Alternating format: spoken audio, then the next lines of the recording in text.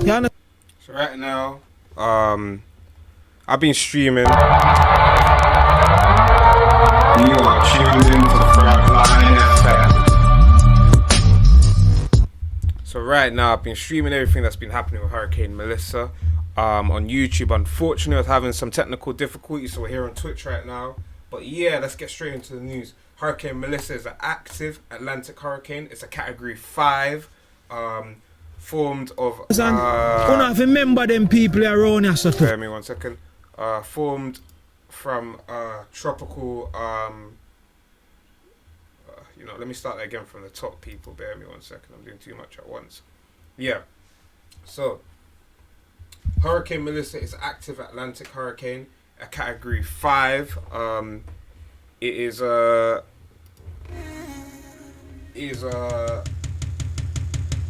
started from tropical waves originating from West Africa.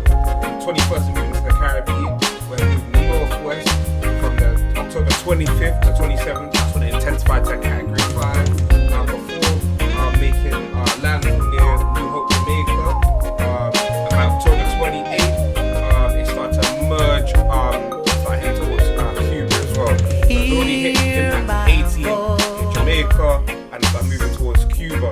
As of October the 31st, at least 9 deaths have been recorded. There's been a 29 have been from flooding and sliding. It's estimated up to $8 billion in US dollars in damages. It's devastating, and the hurricane is now moving northeast towards the Bahamas and Bermuda. So the full extent of the damage we don't even know yet.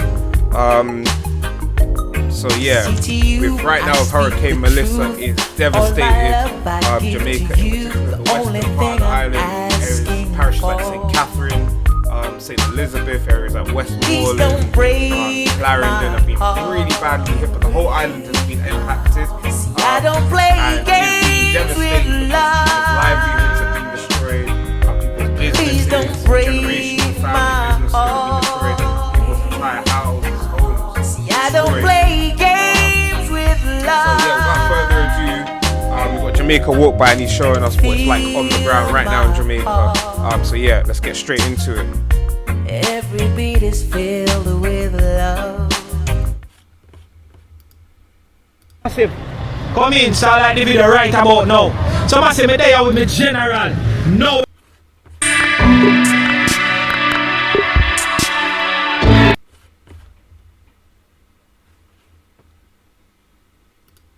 Peoples.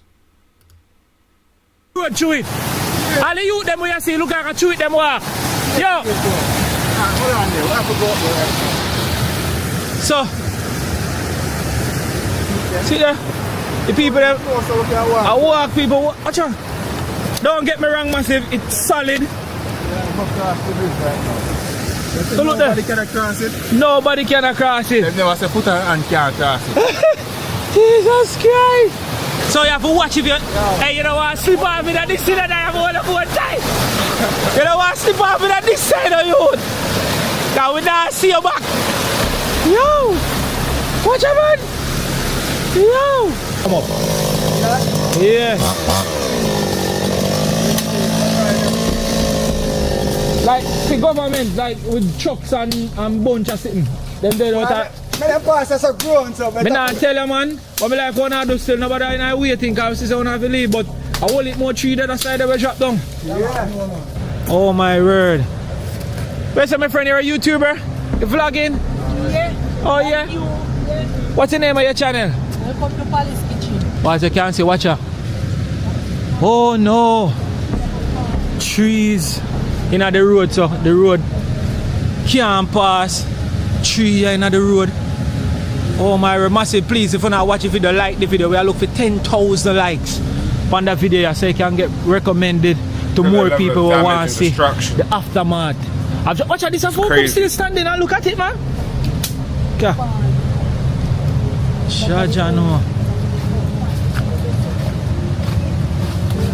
so. Flatbridge can't cross. Baby, and, oh Eh? God. Me tell you, man. I think it would be easy thing to come out and say, go where I go and come back. It not gonna be so easy. Nah, gonna be so easy. And that we are things that we just say that go. walk. Stay bad, man. Stay bad. And it'll get worse as the further I go. Jeez and peace. So right now, Big up on yourself, hear that? Jaja no father. Watch out, man. What's it? Alright, me I bring it to the forefront and show you now, what really are going around. showing some of the disaster in Flatbridge. You have to remember them people around here so too. Watch out. Jaja no. So Black River, bunch of areas have been hit badly. Plus a skirt. Everywhere I go, brother, sinking sand. I hit this. Jaja no. All of them have to go dash it. Watch out, man. So we just have to take a look at time. I got you. This is a real river road. Now right now, a riverbed we are walk through and a road there, so. A riverbed is more. A Barber Green Road this side, man. Not a road, riverbed. This not clear up for no, we know that. This, I take the one time. Did that one, though? No, well, none of them are no cut down a run drop right as a water wash. All of them are come and say, no. Look on Flatbridge Road. And next week before them done sort out this place, man. Watch out, man. The blows and skirt. Watch The out. road, look at the road. Looking like a riverbed. Yeah, massive big up and respect. OMG. From before the video even start, them a tell me say this now go work. Them a tell me say, oh me just now go work. You understand? Never on a one shoe still. Look good. But them a say that now go work. I wear gauge black and thing. And a normal thing. But me actually put my foot them and thing in a scandal back. You understand? So massive. We are going to walk from the Angels section because guess what me know? We have to park up out here because the entire road to the gorge is completely black and impassable. Nothing can pass. You understand? Me say it is crazy, nasty, it's still bad, and we're gonna walk it today and see if we can reach a Flatbridge for showing exactly what this journey looks like. Massive on the stay tuned. Start like the video right now. We are wait. We are wait. I mean never introduce my co-host yet. We are wait. Massive me say we there are wait. I mean I introduce the co-host yet. You ready up my boss? Don't mash up enough. We still there are wait, massive. Come in, start like the video right about now. So massive me there with my general Noel called Magnet Fishing Jamaica. You understand? So massive when I always see me and my general. Big When up Jamaica walk by. Big up always on trash. But yeah, I want to get straight into it. So people, let's skip a bit forward so you can see what really are going on. Right now, as you can see, he's a bit more in one of the rural areas. After some I play a video of him in Clarendon. And so you can see some of the damages that's been done there. Jaja no. Yo, it look like Rona get a beating. Yeah. Jaja Noel. Come on. So Jamaica walk by, aka Jamaica up by. Up by right now. As Alexis say, you know. Yeah. We see what going on so. And thing. So we are given a detailed tour, extensive tour of how the place look and thing.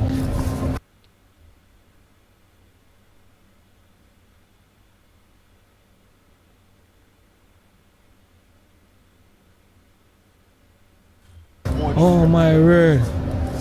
Yeah, man.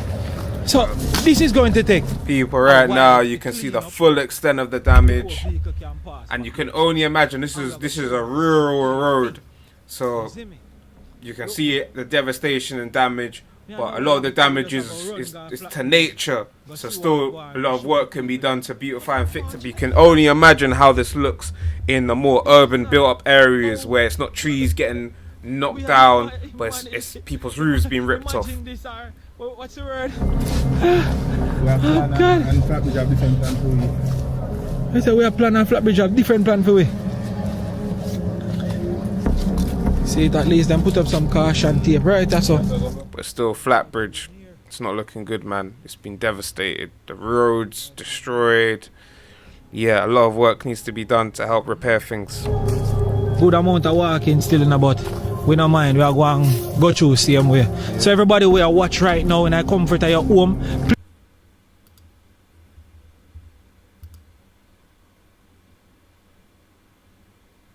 Please, if you watch by your TV, just take a moment to find for your phone and like the video. Or if you sign into your TV, please just do the same. Like the video. You understand? Please, we are looking for 10,000 likes on the video. You understand? I want to full up the comment section. Jesus and peace. Watch out. Wow. Watch out, my brother. Wow. No road, no there, so brother. No road. Wow. No, well. Road's No gone. road, no there, so my brother. We couldn't drive. We couldn't drive. You can't drive down See, there. some man up there, so I try to put in the Road work if you gone. can try clear some part. The road Watch is out, gone.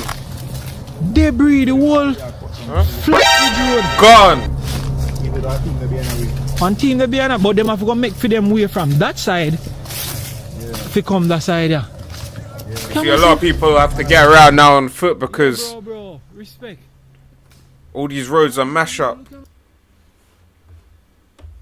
Jaja no. Gilbert, do not like where you this do and Gilbert talk half at this time.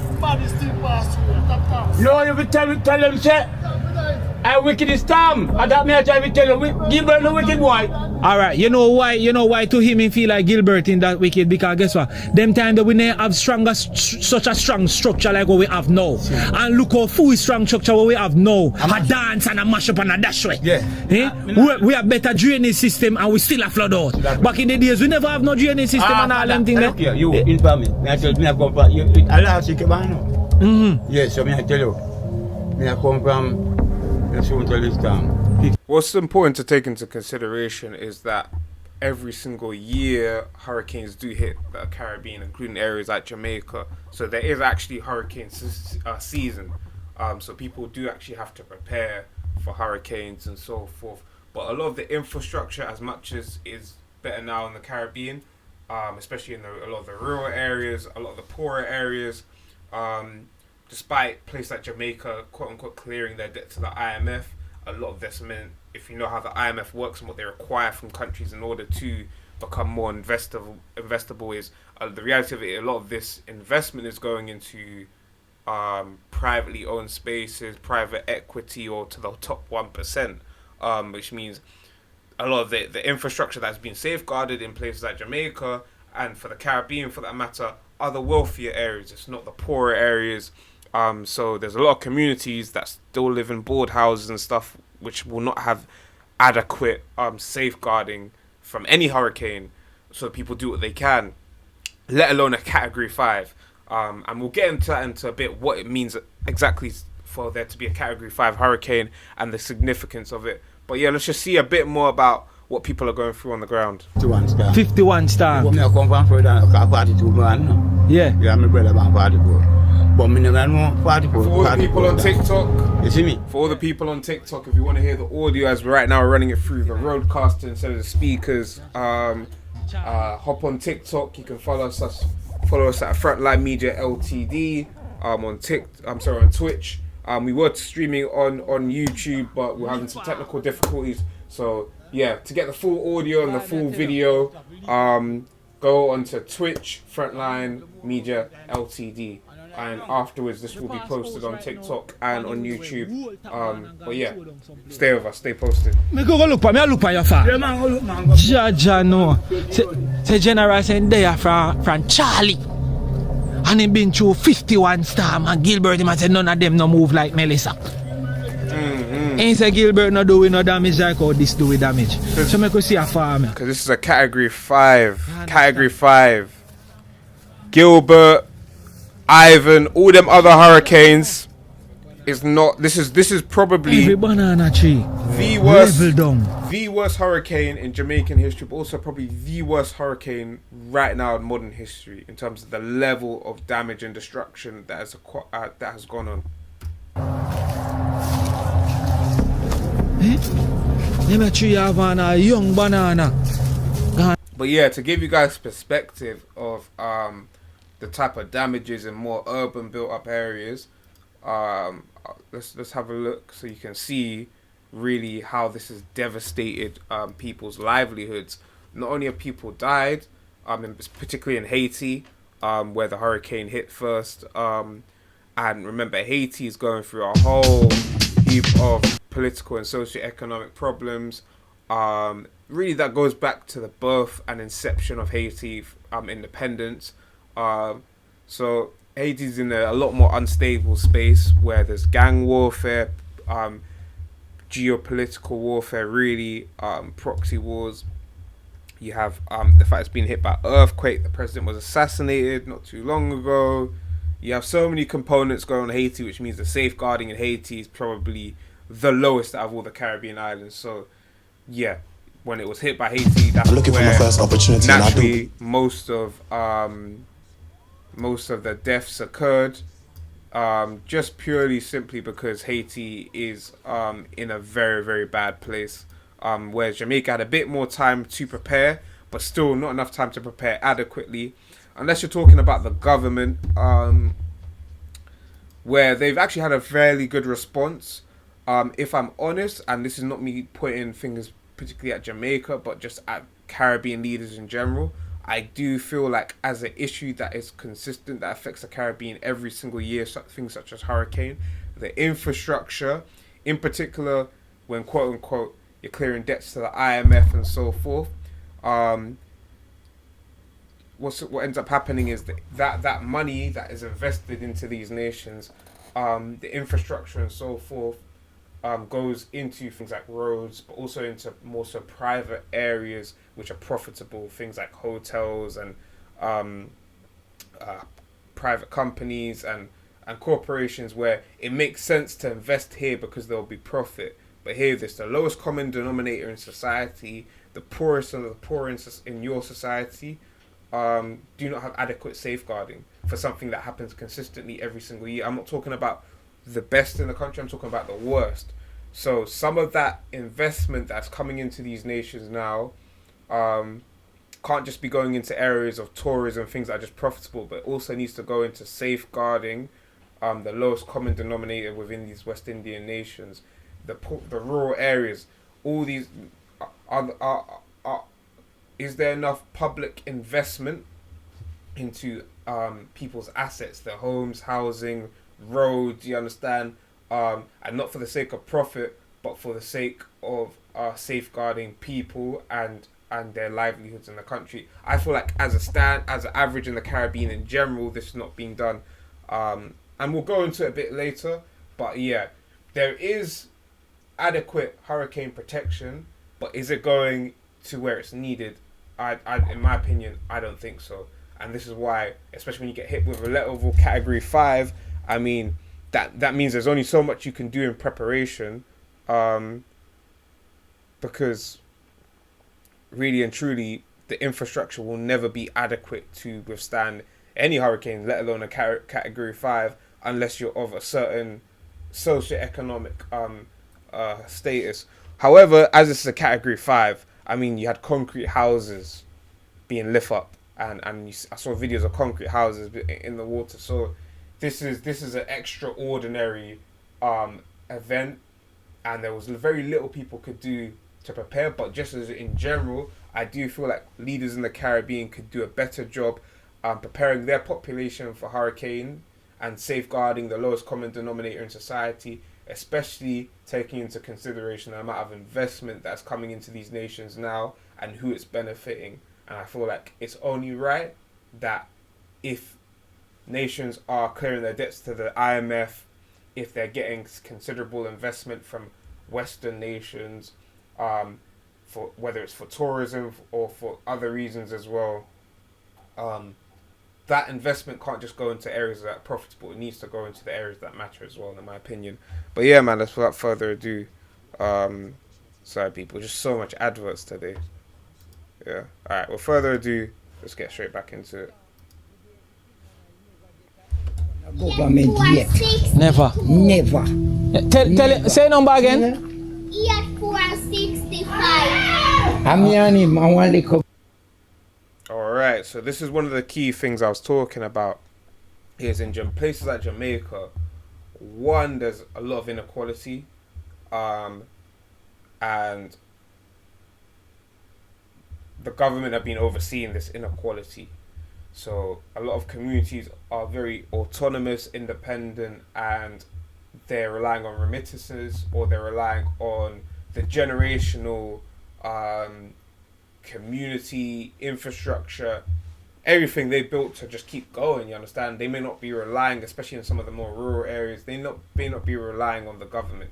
The government may be making certain aspects of the island profitable for the nation, but they may not be able to experience those parts of the island. So it's also important to take into consideration, while the government are doing everything they can right now, while people are sending money to the Jamaican government, is there's a lot of people that do not exist within that support system and don't even know where that money is going to go. So it's also important for us to support communities directly, reach out to family members and friends and see what we can help. And yes, there is opportunity to be scammed, but I think it's a risk worth taking. So yeah, if you can support via governmental links, or if you have a privilege of having access to Jamaican family and friends on the ground and communities that you know you can send directly, explore both avenues, because people just need support and help on the ground right now. But yeah, let's play this one from the top. Fuck, see what I mean by the adverts, people? See what I mean?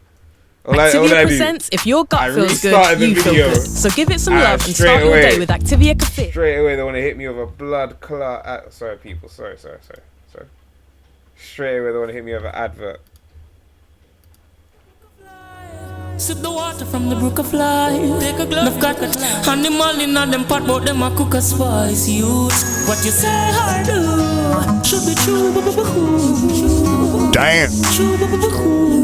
I'm just saying. With the last, the scorn, the wicked look at life. Them got eyes, pick a knife, for some a joke at life. Them all. Alright. Jamaica walk by. Big up Jamaica walk by. Serious thing this year. Letting us know what's like right now on the ground. Lord have mercy, massive. When you look here, now people them house, people them yard. Everyone on TikTok, big up yourself. Cheese and peas, see the kids Twitch, everywhere. See them house underwater. Live what I'm reacting to in Jamaica. How far Dolly this? Dolly, you not afraid of water? All have a bay for from? Yeah. Stop and chat to me now, man. We are run go, man. Nobody run go. Yeah, no beautiful girl, no shy man. Talk to me a little bit. So, which part end when it's time going? In my house. Eh? A rackle? Where you say wrap up with Ozzy? Yeah. Tight! So which part of the roadway? So we just walking in the water? Cheese and people, hold on, let me catch walk one. I can't mean business today. Yeah, man. Yeah, man. One thing I can say about the storm, it's really showing, one, how resilient Jamaican people are. There's been so much videos I've seen that made me laugh, helped me get through this, helped other people get through this, you understand? And it's not to say that everything's alright, but it just shows you how resilient the people are and how they're able to make jokes out of everything, how they're able to come together, and you have to show enough respect to it, because over here in the UK, you see people fall out of the littlest thing, it's not even that deep half the time. So yeah, you have to show love and respect to the culture, because these sort of things, when you know what, like the popcorn said, in rough times is when we celebrate, you understand? So that's what really matters. Can people come together? Can people help each other out in the worst of times? And can you still cope? Can you still put a smile on your face? Not say everything's alright, but still, you know, it's respectable to see people get through the situation where most people would be struggling and suffering. Why, Raj, you know look good. So now we're ready for swim. Yo. You can see the extent of the damage. Completely destroyed. Everything is destroyed. Jaja no. Jaja no. Yo. All have a be on now going good. Jaja no. Place underwater. Yeah, my godfather. Jaja no. Wait, it's a bulldozer walk through here, so. Yo, Raj. It's a bulldozer take it away. Noel. Yeah. And a normal thing this man. Watch out. Fence step on grung in a brother. Watch the nail here, no? Yeah, watch nail. I mean just a slide the whole day, bro. Watch nail. Watch out, man. Watch out, man. Watch out, man. Watch out, man. Massive. Melissa did all have a beer. Wicked, bro. Them a place and have no roof. No honor there, so. Everything gone with the storm. Watch out, man. Somebody find them board at the I start. think around us look like a cannon, dog. One cannon, what that? No, look like a cannon around it. Oh, never you said this a fridge in there. Yo, some people feel it, you know, brother. Watch all the big buck here. Yo. You have to People take have into consideration this people's livelihood, this people's homes, where they were born, raised, where business has been done, all destroyed, all gone.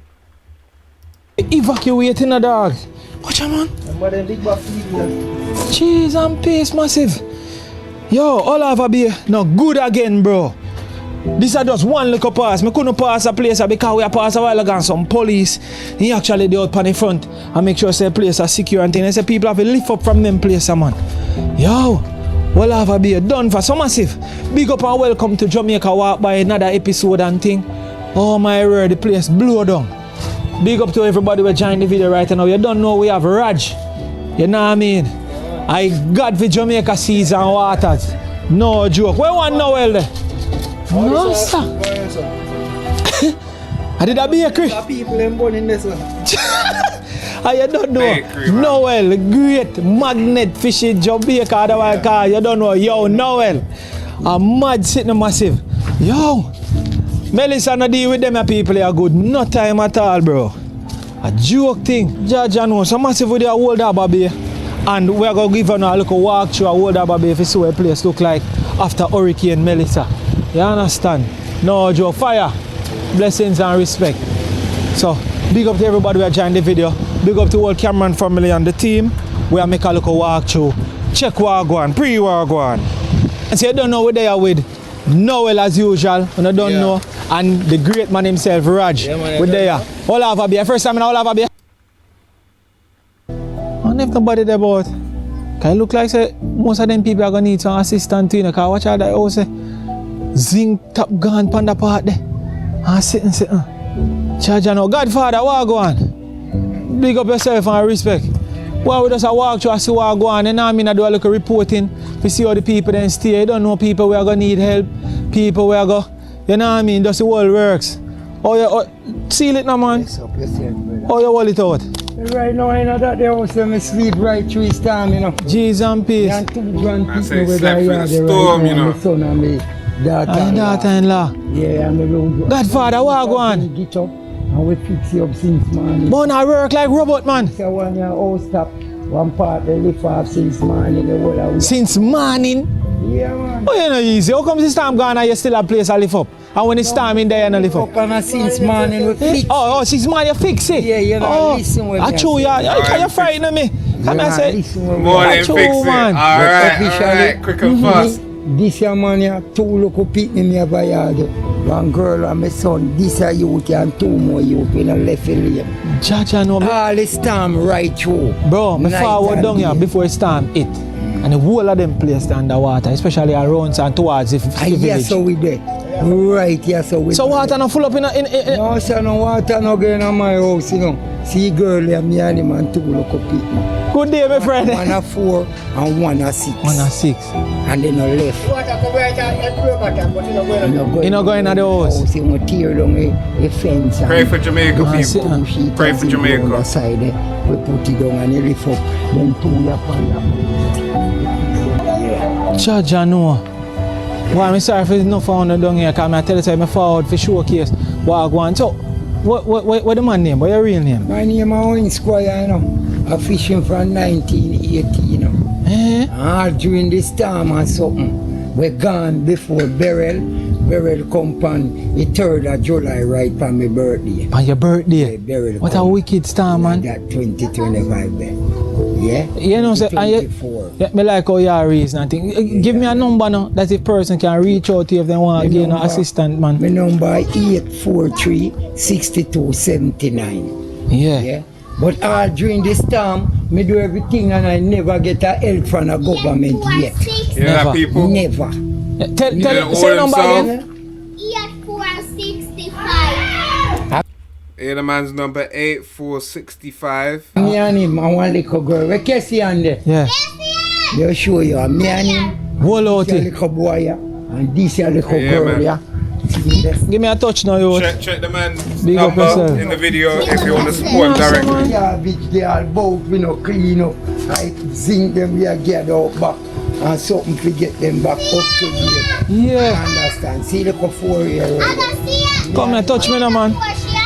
Give me a touch. That's a code, man. Boy, right, sure.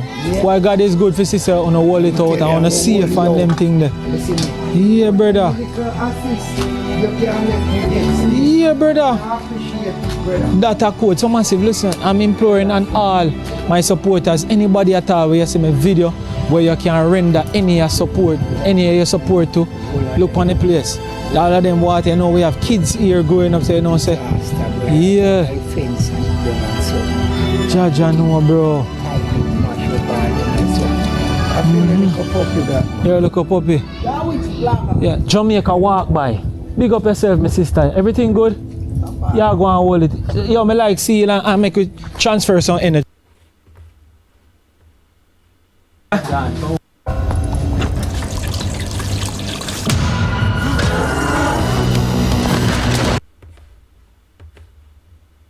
Make you walk with the man himself. Someone said, Everything there. yeah, man, I'm myself.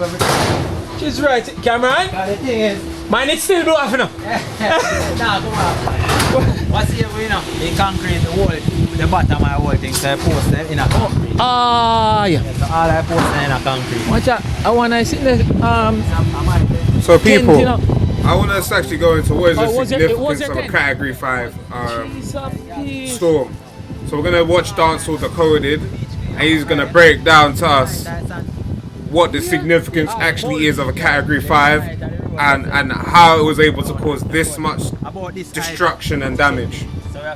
So bear with me, people. Sonia Hayden, who was crushed to death after her. Alright.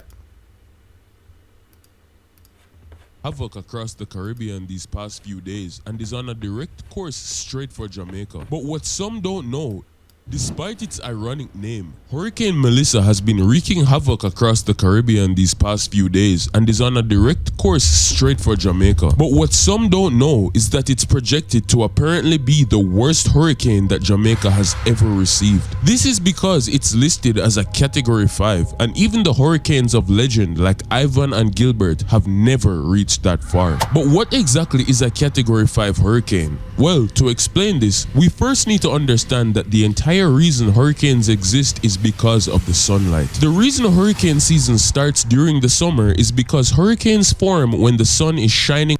Well, I'd say part of it's sunlight. Also, a lot of it is also to do with geography. You have actually seasoning, because remember one of the biggest deserts is in Africa. And then also you have a lot of heat and humidity within the waters around Africa, around the Atlantic Ocean around Africa. Often what will happen is within the summer period, the winds that go across the Sahara Desert combined with the heat will often travel across the Atlantic to the Caribbean and forming often hurricanes. And it's not just the Caribbean, but often, you know, the heat waves, whether the fluctuations in the temperature in West Africa and North Africa often can impact and cause heat waves in Southern Europe, and we've seen in the past. So a big part of it also is geography. Also a big part of it is climate change as well.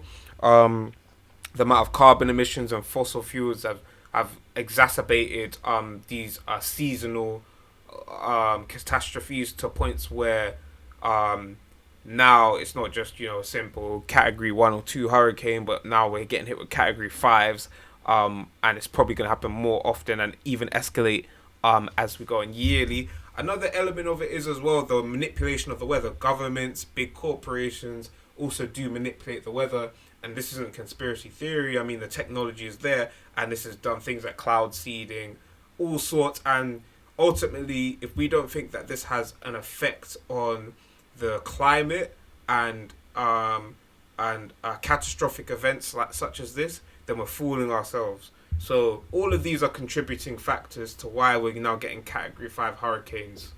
on the ocean. When it shines too hot and the water starts to evaporate, eventually it rises up into the sky and forms clouds. However, if this keeps happening with a lot of water at an extreme rate, that's a lot of clouds to keep in one place. On top of this, the warm air that's rising to form these clouds is quickly being replaced by new air down below. And the faster this happens is how we get wind speeds. Add in the fact that the earth is always spinning and you have an insane amount of clouds in one place with fast-paced wind spinning in a circle. And this phenomenon is what you call the level 0 stage of a hurricane, a tropical depression. These are typically not that dangerous, with winds of only 39 miles per hour, and the main risk being heavy rain and potential flooding in weak areas.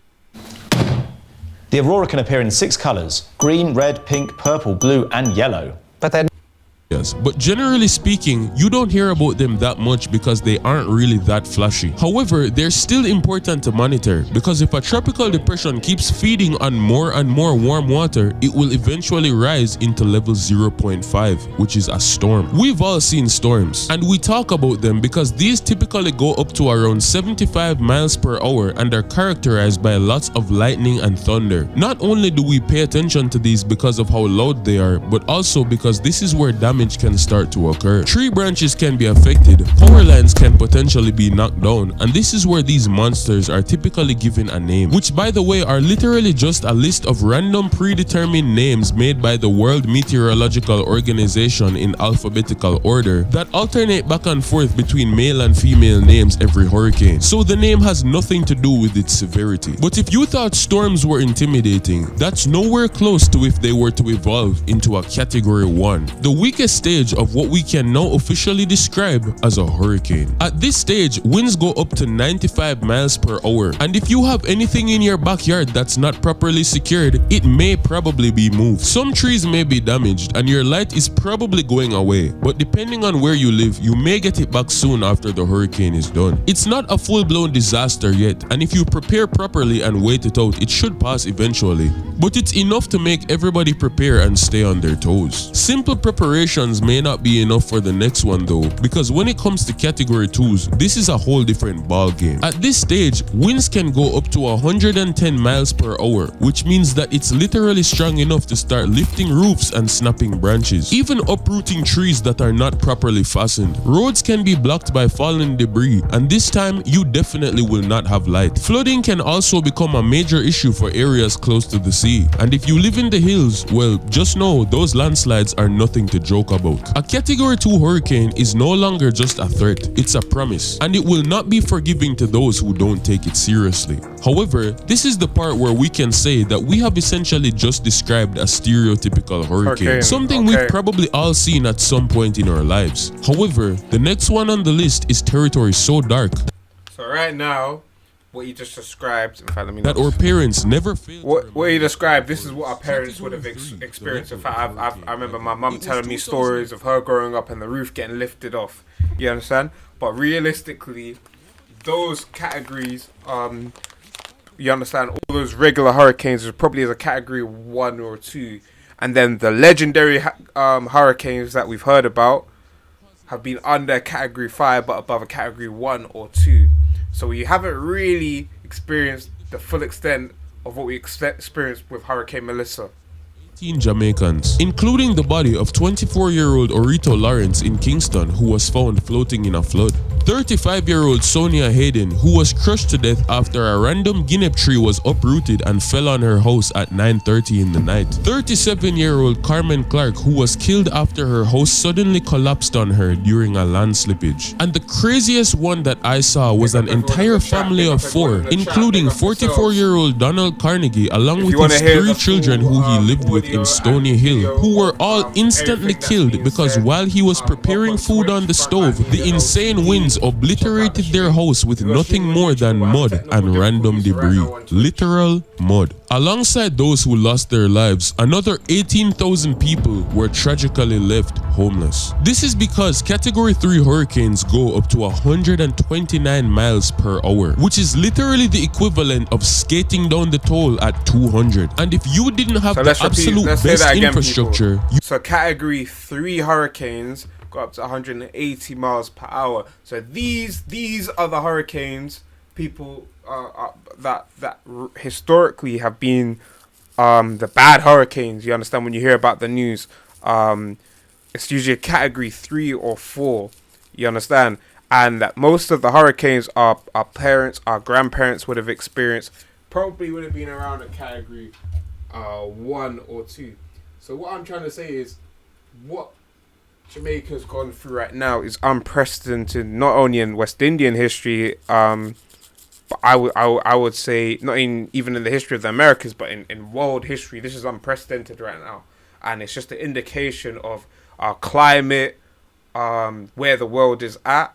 But yeah, without further ado, let's just get straight back into it. Up to 129 miles per hour, which is literally the equivalent of skating down the toll at 200. And if you didn't have the absolute best infrastructure, you unfortunately did not stand much of a chance. And after everything I just said, it's genuinely difficult to believe it gets worse, because what could possibly be worse than this? But there are still 2 levels left, and there's another hurricane.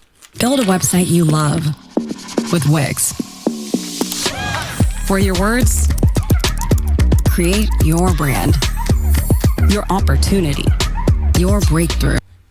That even our grandparents view as the worst event to ever happen in their lifetime. None other than the Category 4 behemoth, Hurricane Gilbert, otherwise known as the worst. So far, before Hurricane Melissa, the worst Hurricane Jamaica's experienced is Hurricane Gilbert. That's something our grandparents would have experienced. So you have to take into consideration that is a category 4 people. The worst Jamaica has experienced is a category 4, meaning the average hurricanes people probably experience seasonally is probably a category 2 to 3, and a normal hurricane is a category 4. People, Hurricane Melissa was a category 5. That should let you know the level of damage and destruction that has been done. Hurricane Jamaica has ever seen. If Category 3 was like the worst version of a typical hurricane, Category 4s are like if the devil himself came onto earth and was allowed to wreak havoc. And nobody felt this more than those who were present on the day of September 12, 1988, the day it made landfall. The sky was black, with winds tearing through the air as if it were gunfire. Power lines are dancing in the air, and any electrical wires that are still live are most likely broken and snapping, electrifying any water that they touch, which would mean almost certain death for anyone who comes in contact. All this while trees are being lifted from the ground as if they're nothing but twigs in the dirt. If you didn't have a proper home in Jamaica at this point, you were done. But even if you had a proper home, you were still done, because no matter how much preparation was done beforehand, against winds of 156 miles per hour, the country literally had no chance. And in just a few days, 49 Jamaicans came to the end of their lives. But what's even crazier is that over 500,000 people were left completely homeless. And the country's entire banana industry, which we heavily relied on for money at the time, was almost completely wiped out. The concept of not having light or water did not matter, because you literally would not have had a house to use them in. And regardless, the power lines and telephones were of course destroyed to the point of being unrecognizable. So imagine being stuck and unable to even call for help. Due to this, even after the hurricane subsides, light and water can take months to be restored to certain places, and the country itself suffers significant long-term damage. A Category 4 hurricane surpasses that of a natural disaster and becomes a national emergency. Okay, so this is what people need to understand. A natural disaster, you understand, is a Category 3 to 2 or to 1. Category 4 is surpassing a natural disaster. This is now a national emergency, you understand. We experience a Category 5 people. 5 people. So people need to understand the significance. It's not about the body count. It's not about the amount of people that died, because Jamaica had the privilege of, I won't say it's a privilege, they just had a bit more time because the hurricane hit Haiti first. So because it hit Haiti first, they could see the devastation and could prepare a little bit. But like I said, there's only so much you can do in preparation for incident like this.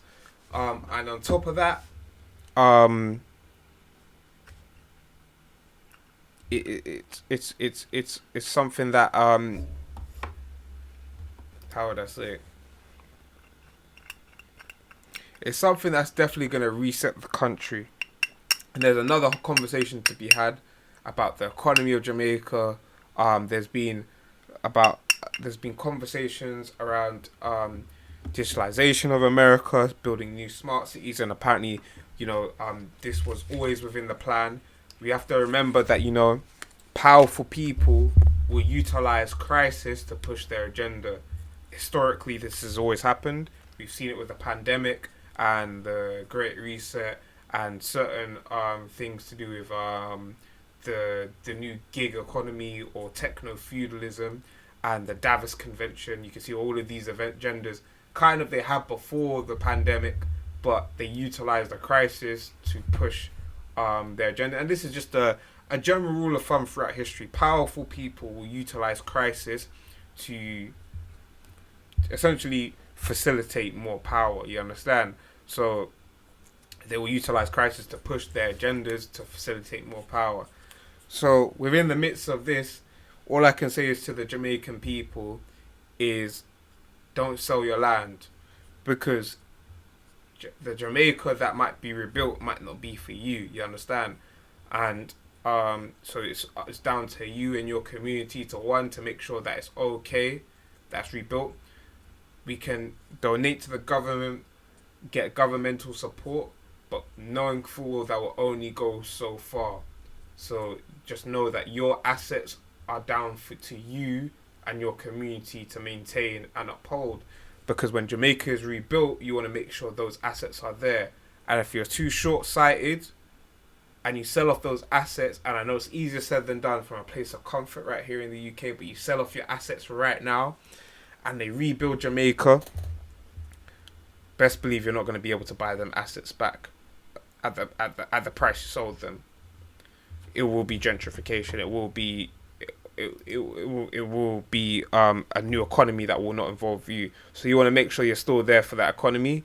But yeah, we'll talk on that later and go into a bit more depth. In fact, if we're being technical, Gilbert was barely a category 4 and is mostly listed as a high-end category 3. You hear that, people? Hurricane Gilbert was barely a category 4. Really, it was a high-end category 3. So that's what I mean by most of what are the generations before us really would have experienced category 1 to 3. 1 to 3. And category 4 would be all the legendary hurricanes you hear about.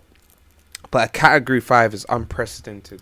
Therefore, most of us have absolutely no and thus completely blocked, making travel impossible. Vehicles are either if you get hit directly, chances are your home is gone. Your car is also gone. Windows shatter instantly, sending glass shards flying through the air. And any structures or buildings that are poorly anchored are absolutely obliterated and reduced to nothing but rubble. Trees are uprooted like mere toothpicks and snapped in half, leading the streets to be filled with their debris and thus completely blocked, making travel impossible. Vehicles are either completely flipped over, crushed by debris, or swept away in the floods as if they were nothing but toys. And if a 5,000-pound car is getting this treatment, if a human were to step foot into the open, well, it's not rocket science what would happen to him. Anywhere close to the sea will almost definitely be flooded, with boats being pulled back to shore and smashed against the docks, and beachfront houses being completely swept away. And for those on land who think they're safe, rivers are overflowing, causing flash floods that sweep away everything in their path, including homes, livestock, crops, and even the roads themselves. Of course, if the trees don't stand a chance, you already know agriculture is decimated. And with the loss of bananas, sugarcane, vegetables, and livestock, food supplies are in ruins. The destruction is so thorough to whatever country becomes its victim that recovery can take not weeks, but sometimes years. Because even after the hurricane passes, the aftermath is absolutely terrifying, with debris filling the streets, collapsed buildings, and destroyed infrastructure that turns once vibrant areas into ghost towns. A heartbreaking example of this was Hurricane Dorian, which hit the Bahamas in 2019 and completely leveled everything in its path.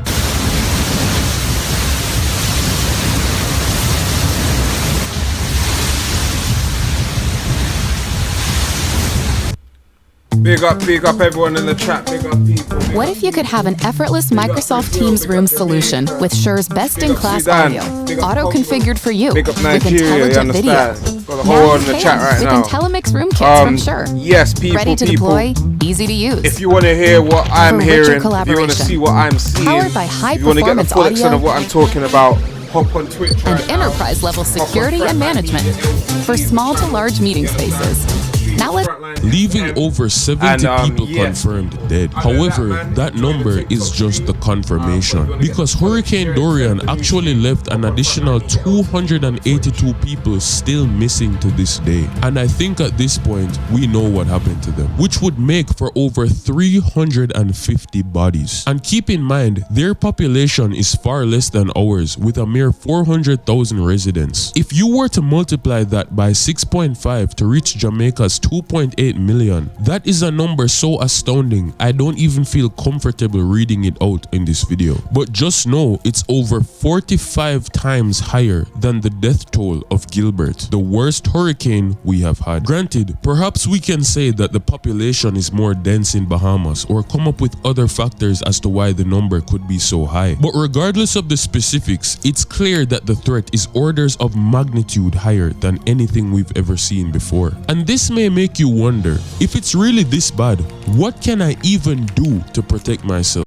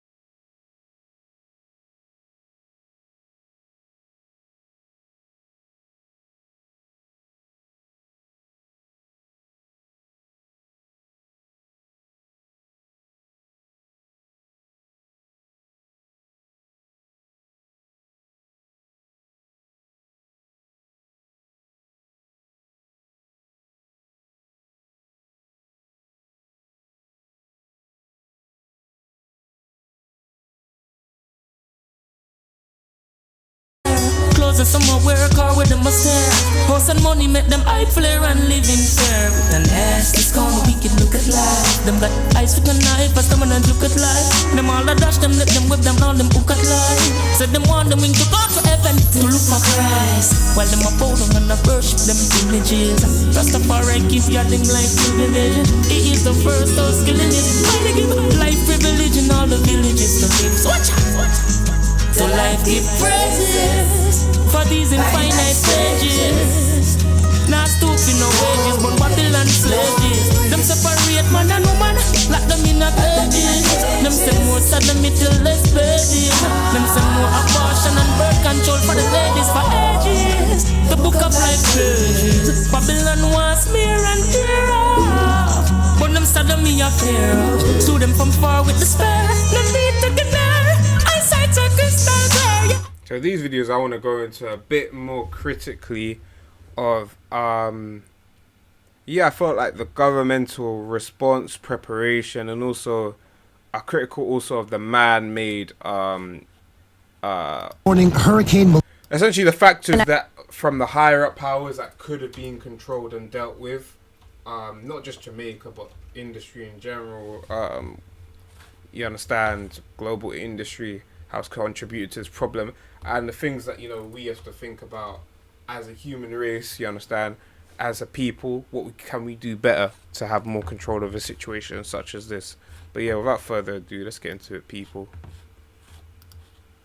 I spoke to from Houston says she's riding out the storm. One of the biggest problems when hurricanes like this make landfall in Puerto Rico or Jamaica or other Caribbean islands, Caribbean nations, is that the infrastructure is not as robust to withstand such a powerful force of nature. All right. Cuba is another example as well. All right. So that was my overall point about the infrastructure, and it's not just Jamaica. This is my point about the Caribbean in general. And keep in mind, Jamaica is en route to clear its debt to the IMF. It has people on the board. It's getting significant investment from Western countries. That's why they had the 2030 agenda for smart cities in Kingston, in Jamaica, and so forth. So it's like with all this money coming into the island, you'd think they'd put more money into public infrastructure to safeguard people's stuff. So when people say they haven't got much time to prepare for a hurricane, it's like, yeah, because communities are left on their own. You understand? And this is not to undermine the support the government is giving to the people, but looking at things from a macro scale, not a micro scale, there's a lot more they can do with the investments they're getting. But it's just that these areas are not profitable, in my opinion. Investing in the lowest common denominators of society, the parts of the island which aren't going to bring you back profit, you understand? Even though places like St. Elizabeth, St. Catherine are the bread baskets of Jamaica, but I'm talking about people's infrastructure, people's homes, businesses. Some of these small businesses, people's homes or certain parts, that's not profitable to the Jamaican economy, you understand?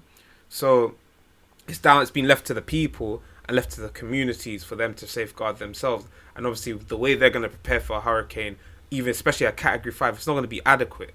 That's a national emergency. That comes down to the government, in my opinion. And considering the amount the government has gotten from the IMF and other Western institutions, in my opinion, I think a lot more should have been done.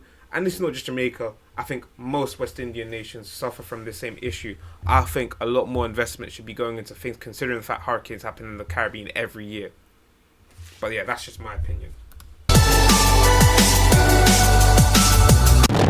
This morning, Hurricane Melissa on the cusp of slamming into West Jamaica. The monster Category 5, the strongest storm to ever hit the nation, bringing life-threatening winds up to 175 miles per hour, up to 40 inches of rain, and up to 13 feet of storm surge. At least 3 already killed during storm preps on the island. Sparks flying out of damaged power lines, residents hunkering down. Some American tourists trapped after all major airlines shut down, including Charleston, South Carolina resident Zykalin Coley. It's very nerve-wracking. We'll get into the Americans, people. I don't want to focus too much on... I like, see if we can find that bit where he's elaborating on that. Nearly vertical. But yeah, there's a lot to be said about some of the Americans, some of their treatment, especially particularly from the African American community, people we consider our brothers and sisters. Some of the hotels, because Jamaica is a notorious tourist destination and it's a big part of its economy. But considering there's a hurricane, the services people would be able to give, they could not usually give those services. So people, we ask you to be mindful, even when you're on holiday, because people are suffering, and we feel like from some of the reactions I've seen online, people haven't been mindful. So I don't want to focus too much about the American experience in Jamaica, with all due respect, because them man are on holiday. I want to focus on what Jamaicans are going through, because they're facing the brunt of what's going on, and they've got nowhere to run to other than family and friends. This is their home, you understand, and their home's being destroyed. So yeah, without further ado, I'm gonna play a little bit more of this, and then we're gonna go into the next Woman video. who's riding out the storm in her vacation home with her family. She lives there. She used to be from here in South Florida, moved to Jamaica and has lived there full time for a few years now. But she says that they're really feeling the effects. And we'll get to that in just a second. But I want to show you why some folks happen to be stuck right now. And that's because of cancellations that are coming out of... Brother, I mean, I care about what's happening to Americans, with all due respect. I mean, change baked event takes place. It just drives home the fact that like how entitled some folks are, and how ignorant people are. You know what I'm saying? Because it's like they're making... I mean, we know Jamaicans are entitled. We know Americans are entitled, and we have time for that. Everyone knows that, man.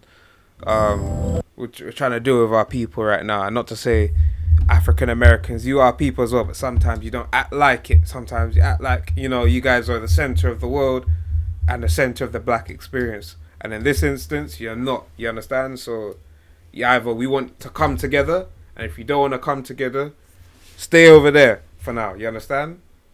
Stay over there for now, because we know the people them that are complaining in the hotels, you guys don't even represent the entire community, you understand? You guys are just your entitled selves, you know. So right now, what's important, and for those Americans right now, both in Jamaica and America, that understand the gravity of what's going on, big up yourselves, and that are showing love and support. But those are the people I want to focus on. I don't want to give any attention to the bad-minded Americans that are representing their people badly, and also giving Jamaica a bad name with their attitudes right now in the midst of this national crisis. So we'll get round to that, but I want to focus on this is the Democracy Now! nation and the people that are suffering. DemocracyNow.org. I'm Amy Goodman with Juan Gonzalez. Jamaica remains in a state of emergency after being battered by Hurricane Melissa, one of the strongest Atlantic hurricanes in history. The Category 5 storm slammed into Jamaica Tuesday with 185-mile-per-hour winds. Communication remains limited across much of the island, so the extent of the damage is not fully known. One Jamaican official told CNN there's extensive damage to homes, schools, hospitals in southwestern Jamaica. Hurricane Melissa is now battering Cuba, where it made landfall today as a Category 3 storm. Severe flooding has been reported in Cuba. The storm is expected to hit the Bahamas later today. Climate researchers say the storm was supercharged by abnormally warm waters in the Caribbean. We go now to Michaela Loach, Jamaican-British climate justice activist, the author of It's Not That Radical, Climate Action to Transform Our World, as well as the children's book, Climate is Just the Start. Michaela will be attending next month's COP30 Climate Summit in Brazil as part of Greenpeace's delegation. Democracy Now! Will be there as well, so Michaela will see you there. But let's talk about this latest. One of the strongest hurricanes, most devastating hurricanes in history has just hit Jamaica. Can you talk about what you understand with family still there? We're speaking to you in Brighton, England, but you're from Jamaica, and how this links to climate change. Thank you so much for having me on again, Amy. It's been an awful few days. Everyone in Jamaica, my family, my friends, over the last few days have been feeling just incredibly tense at this upcoming storm. Thankfully, I kind of lost contact with my family overnight, and then had a lot of terrified dreams and interrupted sleep. But this morning, thankfully, I managed to get back in contact with them, and thankfully my family are okay. My aunt's nephew's house, though, has been completely flattened by the hurricane, and so he's lost his home. But thankfully, all of my family are physically okay, and now it's just how do we recover from this? A lot of people are exhausted because in order to try and keep homes safe that have remained safe, it's required people to be constantly removing water from them. Like, this is actually a complete catastrophe, and it's really quite terrifying, and it also just makes me quite angry that it doesn't have to be this way. Like, this has been caused by the climate crisis, by fossil fuel companies, and so I think it's important that we're not just devastated and sad about this, but also we are angry and direct that anger towards the people who are responsible. And Michaela, you've suggested that hurricanes should be named after those who you say are responsible for climate change. Could you expound on that? Yeah, so we currently name hurricanes after just, people's names in order to distinguish basically between storms that are happening at the same time. So that's why this storm is currently called Hurricane Melissa. But I think when we call these things natural disasters, or even just calling it this feminine, nice name of Melissa, we're not making it clear to people that there are actually people who are, around today who are profiting from creating the conditions that make these hurricanes possible.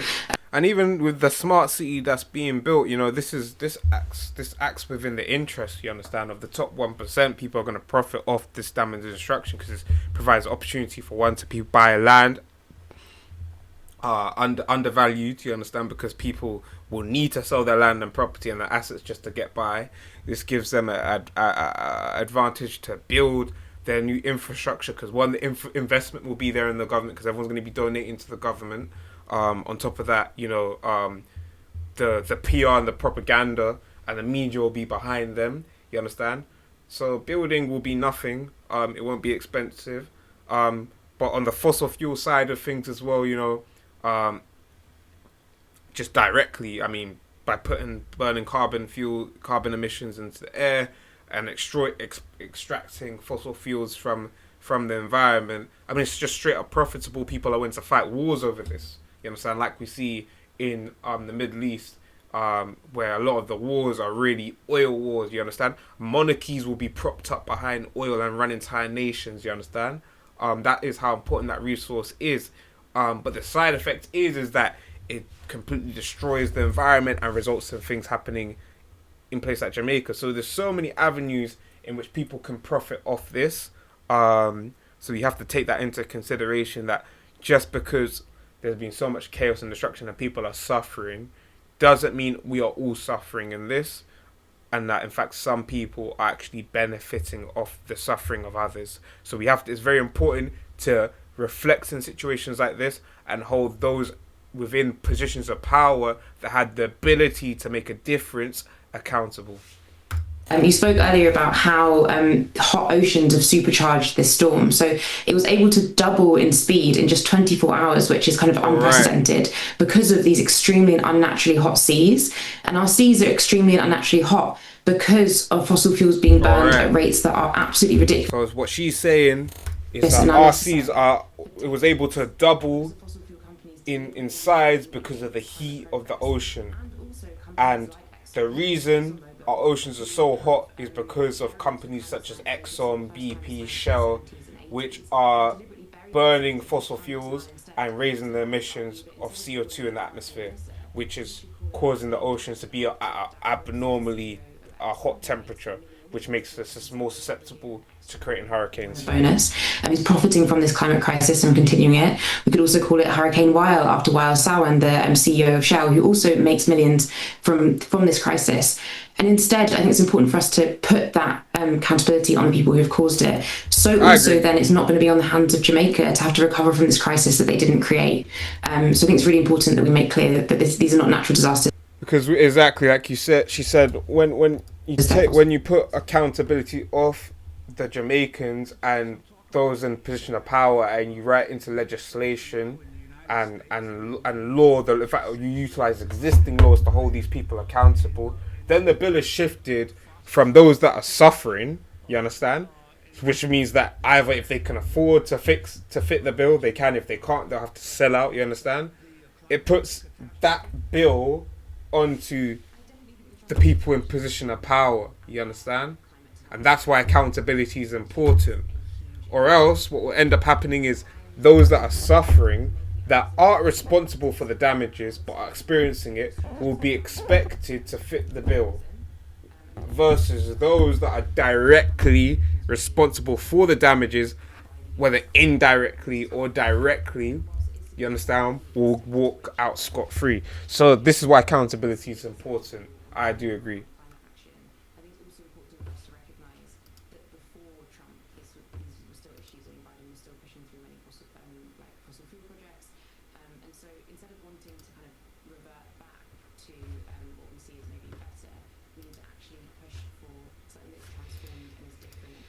But yeah, people, I want to check the Instagram because there was some interesting things on the media, on my Frontline media page, that I saw that I thought, was worth putting a story, reposting. So yeah, let's check out some of these things, see if they're still on the story.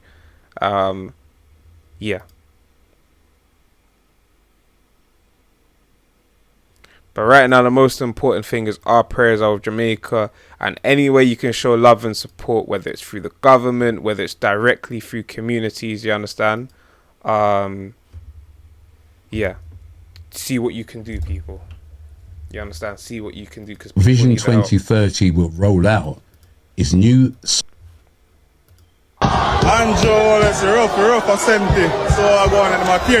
this is the story, and let's just see what's on. I've left the story. Jamaica will never return to that beautiful land that we once knew it. It will never be the same again, because what Vision 2030 will roll out is new smart cities, digital ID, and carbon monitoring for all of its residents by 2030. That's ridiculous. Like I said, do your research on this. Don't be fooled by the images you are seeing and think it's a natural disaster. Something is not right here. 2030 is 5 or 4 years away.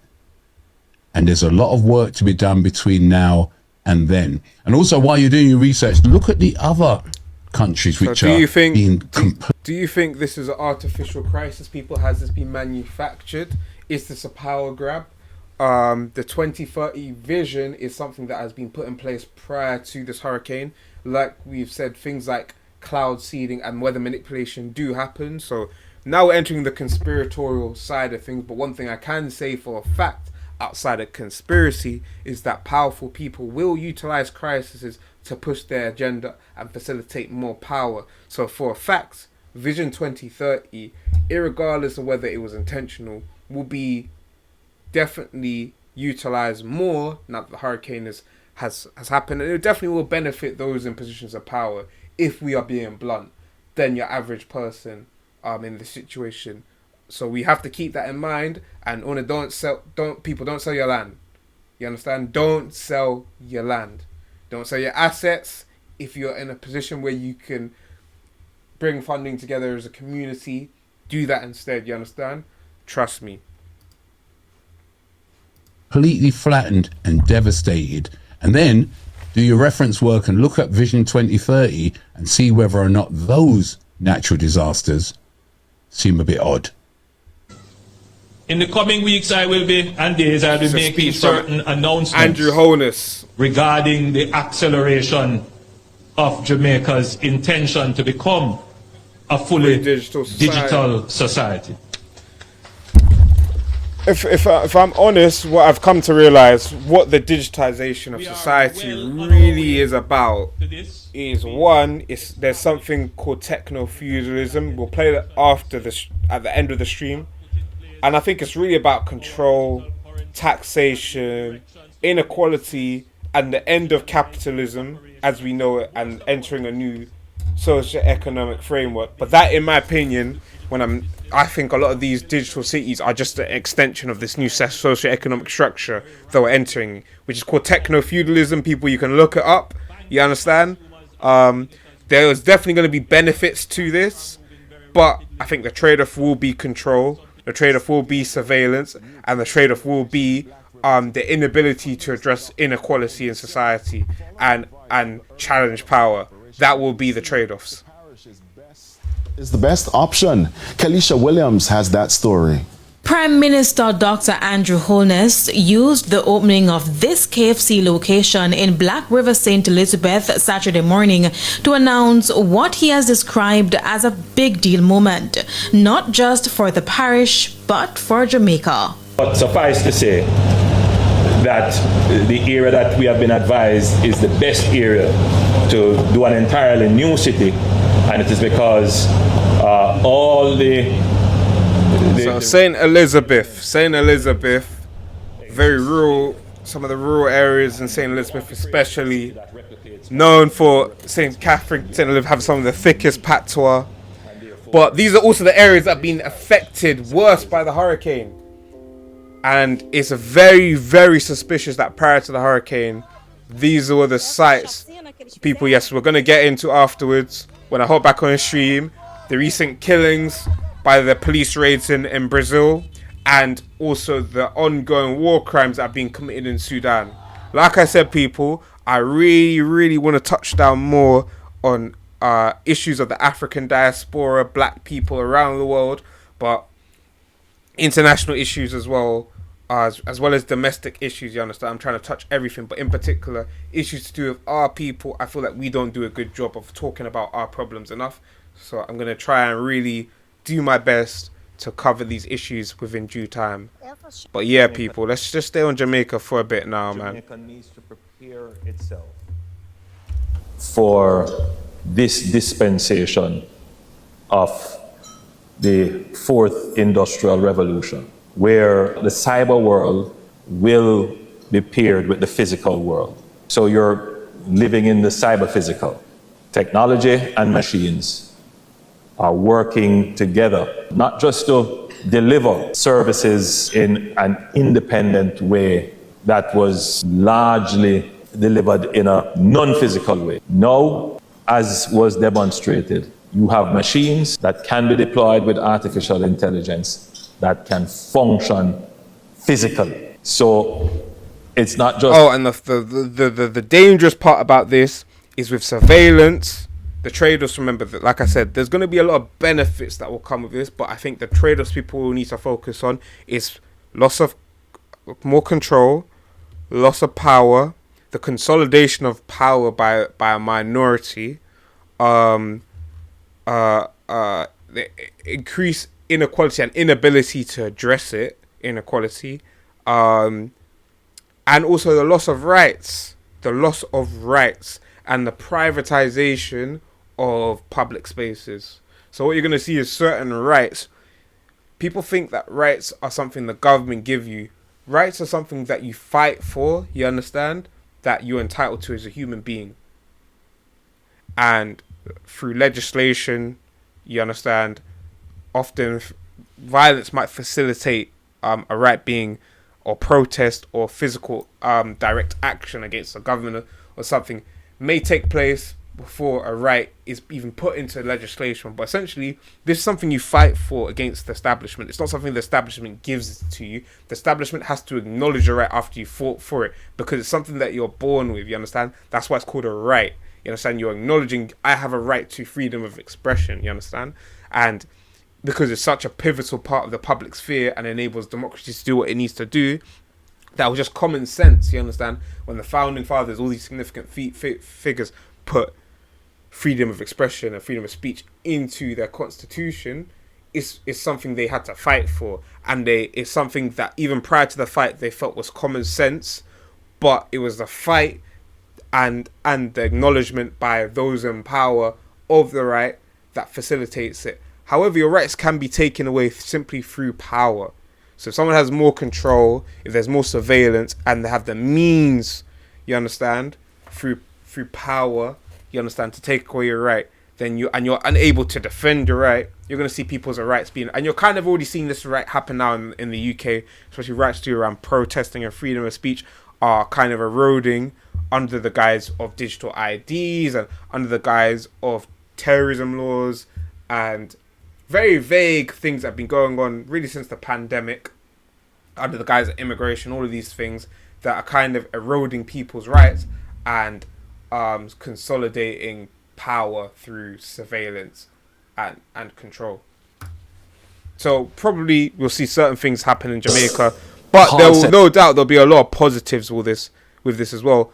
But in my opinion, most of these positives will come to those that can afford it. That's why I'm telling people, do not sell off your assets, because don't expect to go back to Jamaica after island's being rebuilt and be able to afford the new Jamaica unless you have your enclave, you understand, your flag post, you understand, that's holding it down for you there, you understand, that's holding your way of life and your living. So irregardless of what's going on in the country, no one can tell you nothing about what you have to pay.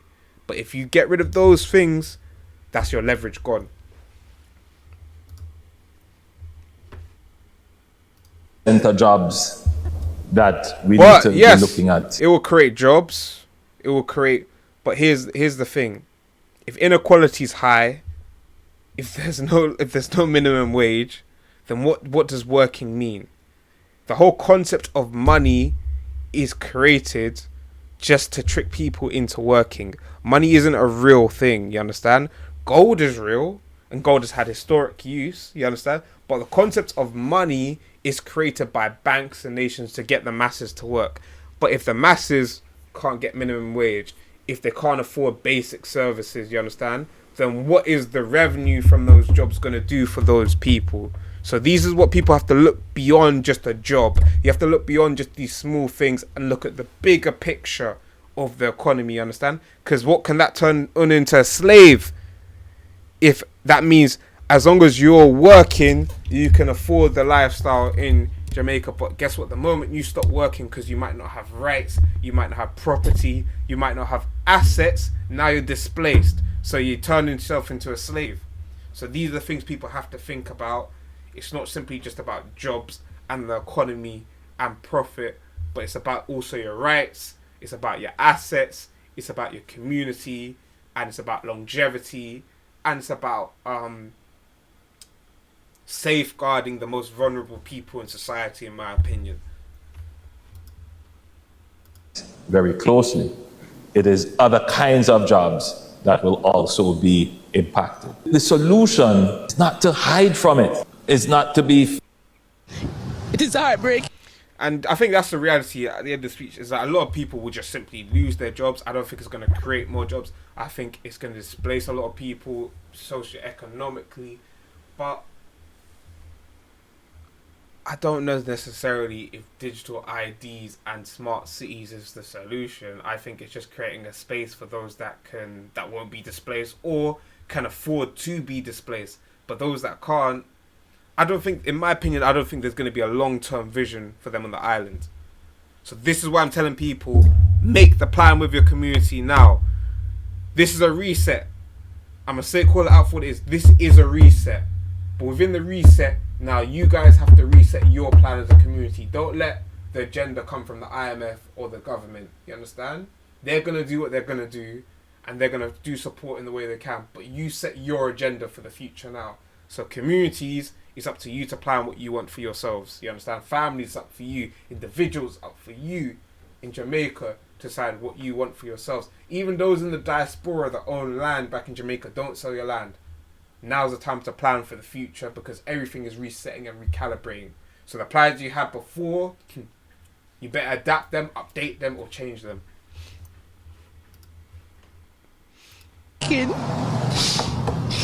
I never thought in a million years that I would be in the situation trying to get help, and with little to no communication. We can't reach no officials, no emergency teams.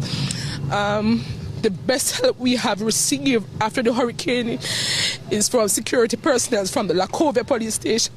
You see what I mean? So is this the best? You're telling me a country that's clearing its debt to the IMF, that's getting investment from all over the world, is this the best it can do? Is what the military and the police is going to respond?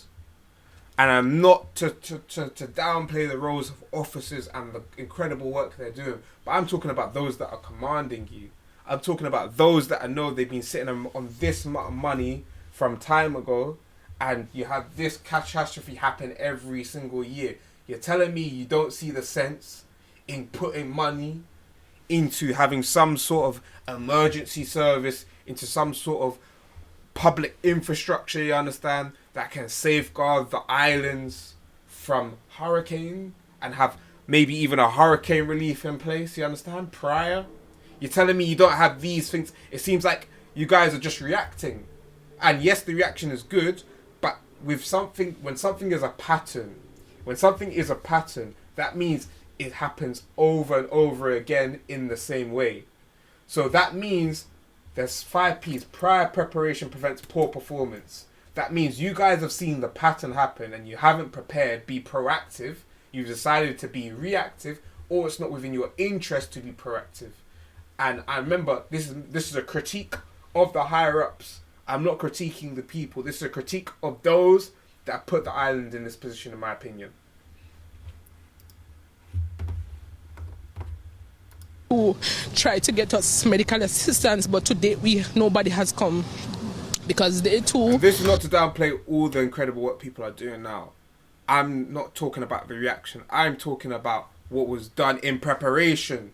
I'm talking about being proactive, and that is my critique fundamentally, from the oil companies to the government to corporations, every level. What was done in advance? No, this happens every single year.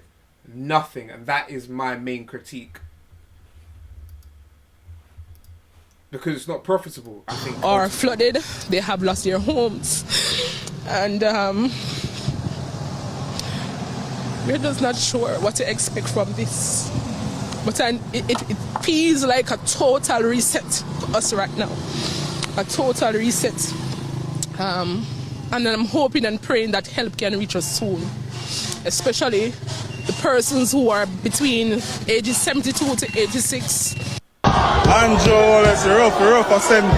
So you can see protests. But hungry, you know. People are mad. Big up everyone on TikTok, yes. Active. Hop on Twitch, Frontline Media LTD, if you want to see the full extent of the stream. So you can see the hurricanes also devastated Cuba and Haiti as well. It's devastated Cuba and Haiti as well, equally as much as it's devastated Jamaica.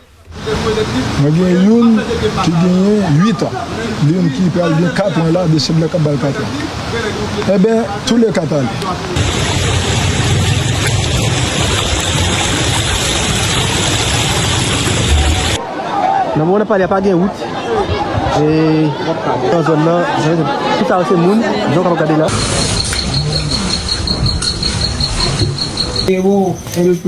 Los primeros cines lo tuve que ¿cómo se llama esto? Meterme dentro del armario. Digo, no, hasta que no, hasta la comida que me iba a comer no lo pude comer porque mira, me la llenó de agua. They don't have no house down there. Majority of things them down here, so they're flat, caving, flat. Every roof gone, every roof. As long as you see line down this roof gone. But we have life. We don't record no death. So far, so most important thing is we have life. Forget about the property. You have life. That's the most important thing, the greatest thing. What is it? What's blocking? You see, the other day, I was saying to myself that people praise material things so much. And today is the day when everybody asks me, all right, me have life. Everybody appreciate life. At this moment, no big house no mean nothing. No big car no mean nothing. No land no mean nothing. Life is everything right now. Everybody, all right, boy, me lose my house, but me have life. We have life. My house, me lose my shop, me lose everything, but me have life. And at that we say, togetherness and life, nothing with vanity. Anybody want brag and boast now, what them want brag about? Homelessness. Jamaica, we stand with you. Jamaica! Big up the Cayman Islands, showing love and support. Big up America as well. Big up to the UK to a certain extent, but the UK has only donated 2.5 million. And considering, I know the UK is going through a recession, but considering the top 1% in the UK, we still have the most billionaires. The monarchy technically is still the head of state of Jamaica, and we're currently committing a lot more money to conflicts through NATO and other pointless causes. So I feel like it's the least to donate, or a lot more than 2.5 million. That's nothing. I feel like that's almost a spit in the face of Jamaica and Jamaicans for the UK to only donate 2.5 million, considering the amount of wealth the UK made off Jamaica as well, through things like slavery, cotton, tobacco, sugar, and bananas. So I, in my opinion, the UK could have done more. But big up the Cayman Islands. They have a long intertwined history with Jamaica. Yeah, big them up. Go in there. Explain to your father. You see people when they are foreign through my internet. We can't get through to them people. They send me their location and a family member them name. And you have go around and reach out to them. We have 3 set a group away. 2 set in one car and me and this man there on bike. Excellent work. No, this is to be commended. Big up, big up. Big up the Cayman Islands.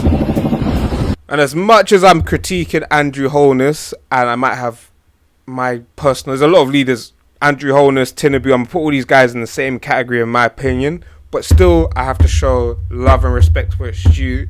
As much as I feel like he could have done a better job, and I feel like his party are probably, it's not within their interest to do a better job in these areas, I still can commend the work they're doing right now, the ability to react, the fact that he's on the ground, that he's speaking to the community, and most leaders don't do this. So still I have to show love and respect to all the action and work he's doing, because this isn't a division thing. When I'm critiquing, I'm just trying to bring accountability and say, how can we do things better? This isn't a divide our people thing and find, find the villain and throw rocks at him. This is, how do we do better? How do we do better as a people? So yeah, love and respect to Andrew Holness for all the work you're doing right now, and the Jamaican government.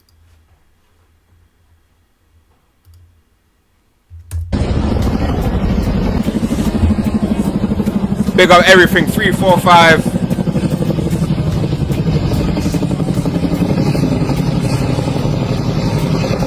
Girl this morning, and she was beauty to my eyes.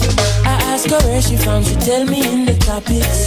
She asked me what's my name, I tell her I am Connie. And I said, girl, tell me what's your name, and she tell me that her name is Jamaica. And I said, smile, girl, smile, smile for me, Jamaica. Yeah, God is great, you know.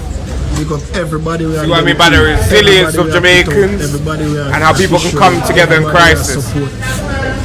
So one thing I forgot to say is power does consolidate itself during crisis, but not only from top down, but people from bottom up as well. People can come together. So crisis is always a good opportunity for communities to come together and support each other. The devastation.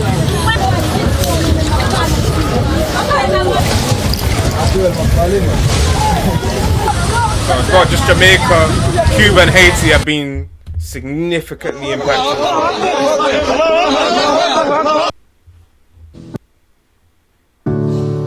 There is a house built out of stone,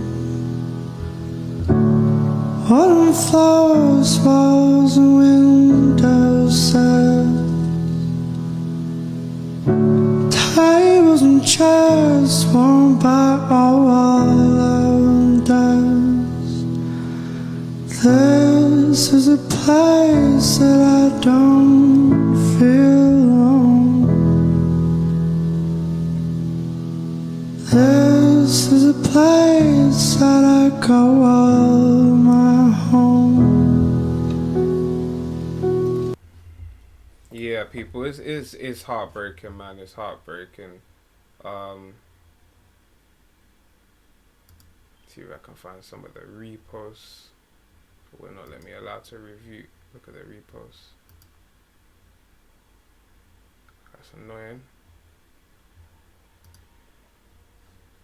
See, view archive of stories.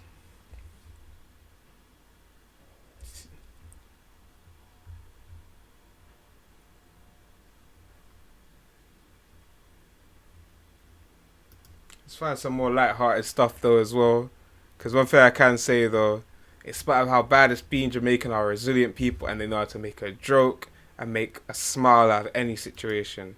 It's been a hard video to make. But yeah, but, man. you know, while I've been schmoozing in California, look at the full extent of the damages. My country has been absolutely rocked and devastated by one of the most powerful storms in recorded history, you know. And it's one thing I know, that if you don't believe in God, that's because you've never stood in a hurricane. I promise you that. Right? One thing I'm glad for is how it's been handled by the government thus far. I'm glad for the resilience of Jamaican people in the face of such devastation, right? My suggestion, nation, if you care whatsoever, donate to and people.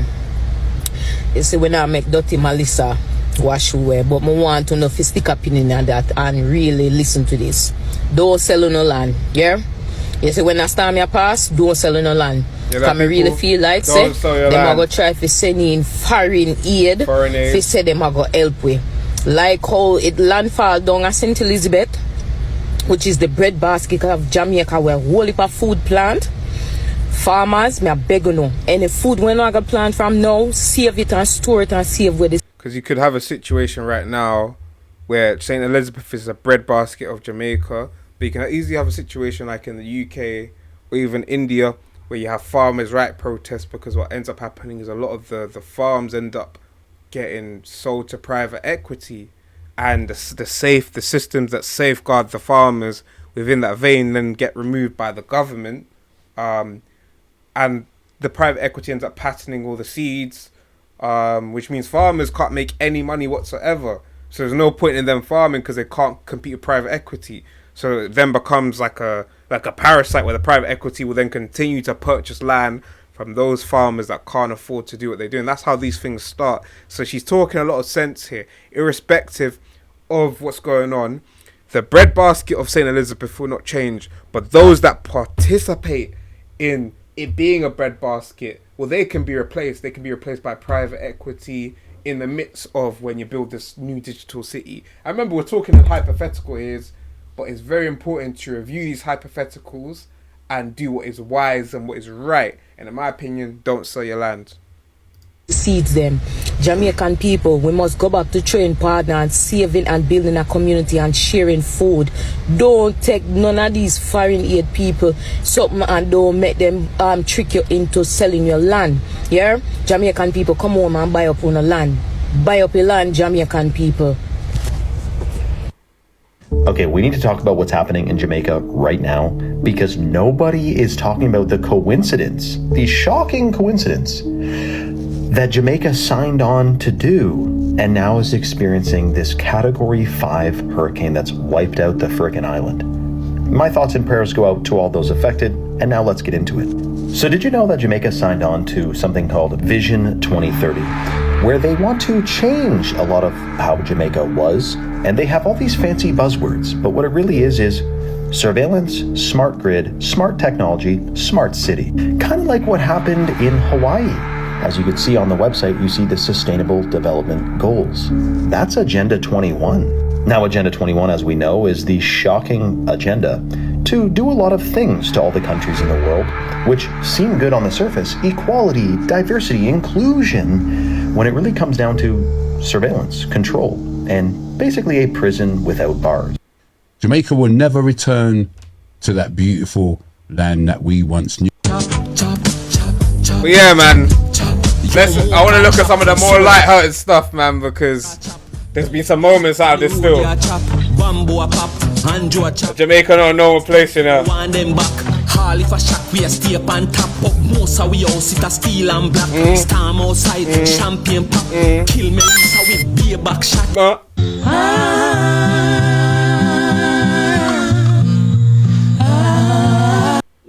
thought Dominican Republic has also been affected.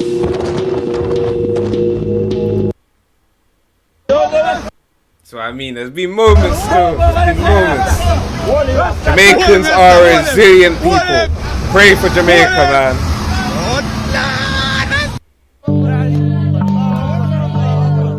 You know what? Let's check. I want to check the main dangers page, man.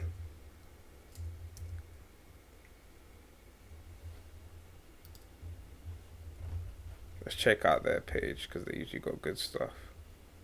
They have good stuff around the protests, around the actual hurricane itself, around also the good moments as well. So let's see what's happening.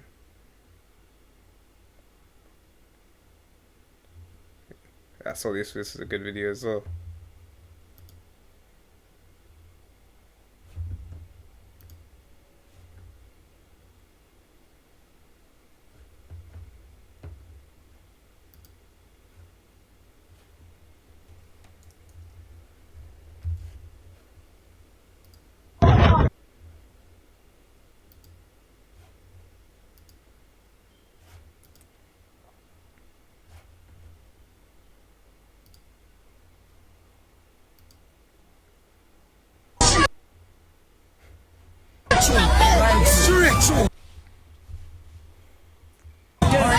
Tomorrow morning, straight through.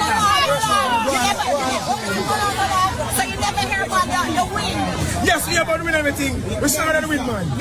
We're bringing life to the park. They said he's having a water party in a hurricane. Yeah. Raise can't stop this. Even someone with sleep away to the park. Raise can't stop this. Read my church story with them.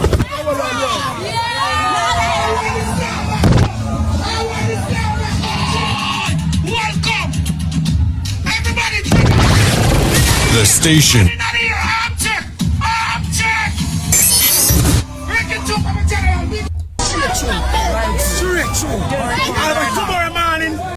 told you, Jamaica's not a normal place. These people are resilient, you get me? Big up Jamaica, big up Jamaicans.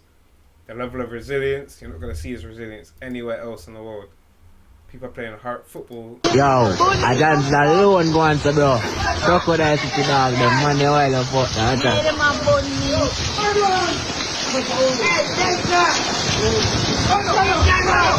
I'm just saying. Dams.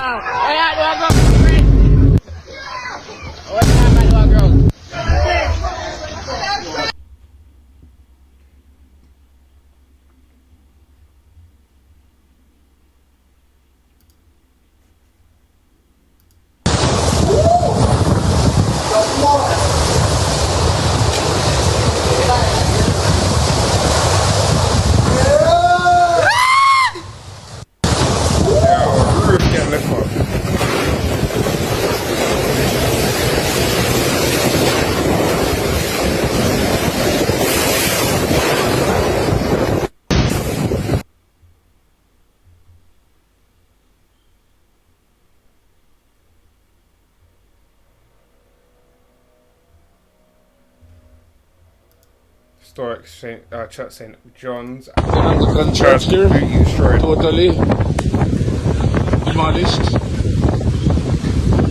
It's gone, down. The church here. Yeah, actually is what we need in the face of this crisis. You can see that so we need things like has been completely and utterly devastated. It's not going to be the same. It's not going to be the same. But yeah, people, we're coming to the end of the stream. Just want to thank everyone that's been posted in the chat. I'm going to be back on later today. I'm going to be back on later to cover some more things that are happening within the news. Like I said, things that have been occurring within Rio, things that have been happening in Sudan. But yeah, let's end this one on a light-hearted note. Well, I wouldn't even call this light-hearted, but you know, let's take our anger and frustration and put it where somewhere else, you understand? So right now this is a bit more light-hearted, still the same topic, but around some of the ungrateful tourists that have been in Jamaica, as I mentioned earlier. And yeah, so Maybe. We'll end it there. It's time for Auto Trader. Feel more free. Myself, the new Absolute Yves Saint Laurent. So why can we leave when y'all feeding us pastries for breakfast and we still had to pay full price to stay here? Like, come on.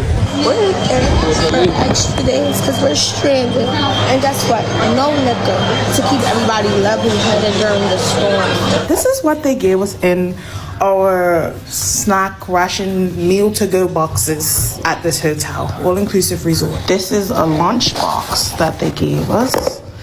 This has... You know, what is this? What is this? For those of you who don't know what's going on, Hurricane Melissa, a Category 5 hurricane, just ran through Jamaica, destroying plenty of businesses, homes, jeopardizing people's lives, and even costing some people's lives. But for these people right here, it's not costing their lives, it's costing them their peace. And they want us on the internet to care about them. It's not just one person, it's an entire wave of entitled people. I think Jamaica would rather much... So why can we leave when y'all feeding us pastries for breakfast and we still had to pay full price to stay here? Like, come on. We're here for extra days because we're stranded. And guess what? No liquor to keep everybody level-headed during the storm. This is what they gave us in our snack ration meal to go boxes at this hotel, all-inclusive resort. This is a lunch box that they gave us. This has... You know, what is this? What is this? For those of you who don't know what's going on, Hurricane Melissa, a Category 5 hurricane, just ran through Jamaica, destroying plenty of businesses, homes, jeopardizing people's lives, and even costing some people's lives. But for these people right here, it's not costing their lives, it's costing them their peace. And they want us on the internet to care about them. It's not just one person, it's an entire wave of entitled people. I think Jamaica would rather much deal with a water wave as opposed to an entitled people wave. I'm sorry, had to get it off. Sorry. For those of you who are unfamiliar with this trend, people actually seek to take vacations during hurricane season. Hurricane season runs from June 1st to about the mid to late November area. So this is what I mean when I say this is something that happens regularly and you want to book a holiday in that period and act entitled. I'm even going to say what I want to say on stream. If I am going to say it, go suck your mother. There's a reason why they do it. It's because you at that time, cheap flights, cheap hotels, cheap stays, cheap amenities, cheap everything. Motherfucker. And I kind of wonder why everything. Fucker. Sister fucker. Title motherfuckers.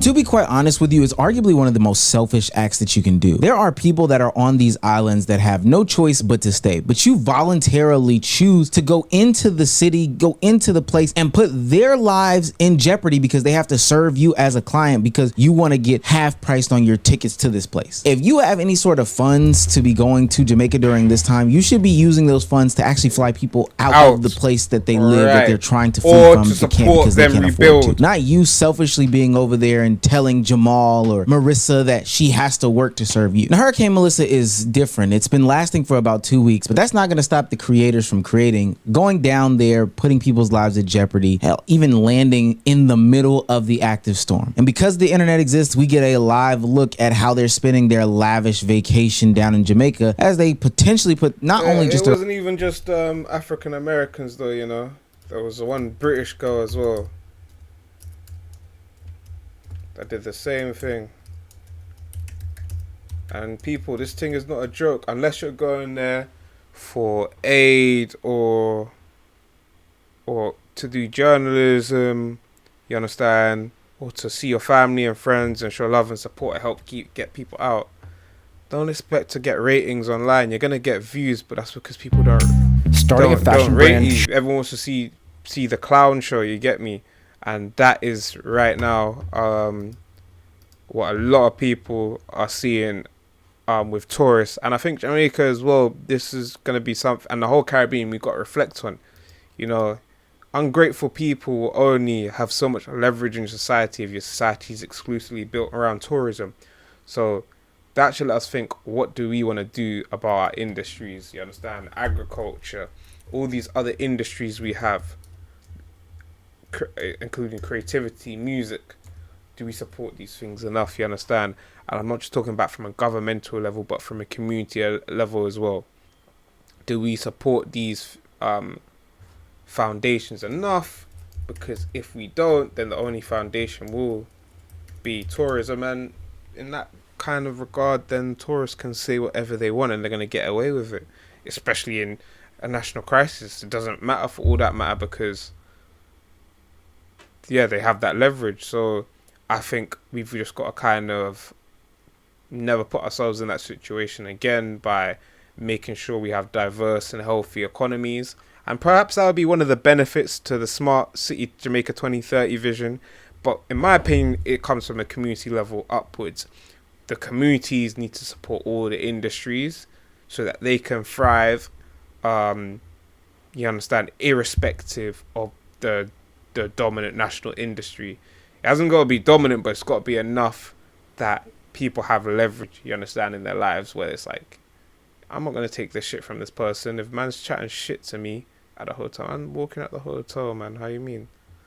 But people have that. I'm saying that people don't have that. But tonight, yeah, Jamaica's man, coastline battered, communities completely destroyed. Without further ado, people, man. We are stay up on top of most of we house, it a steel and black. Storm outside, champagne pop. Kill Melissa with beer back shot.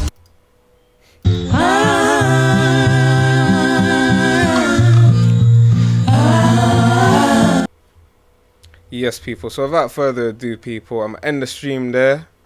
Our prayers are with Jamaica. At the same time, you know, the level of resilience that has been shown, how people can come together and help rebuild and help help each other out in times of need, is also inspiring equally. So yeah, this has been your host K-Way on Frontline FM and Frontline News, and yeah, we're going to be covering more of this story later, but thank you guys all for tuning in.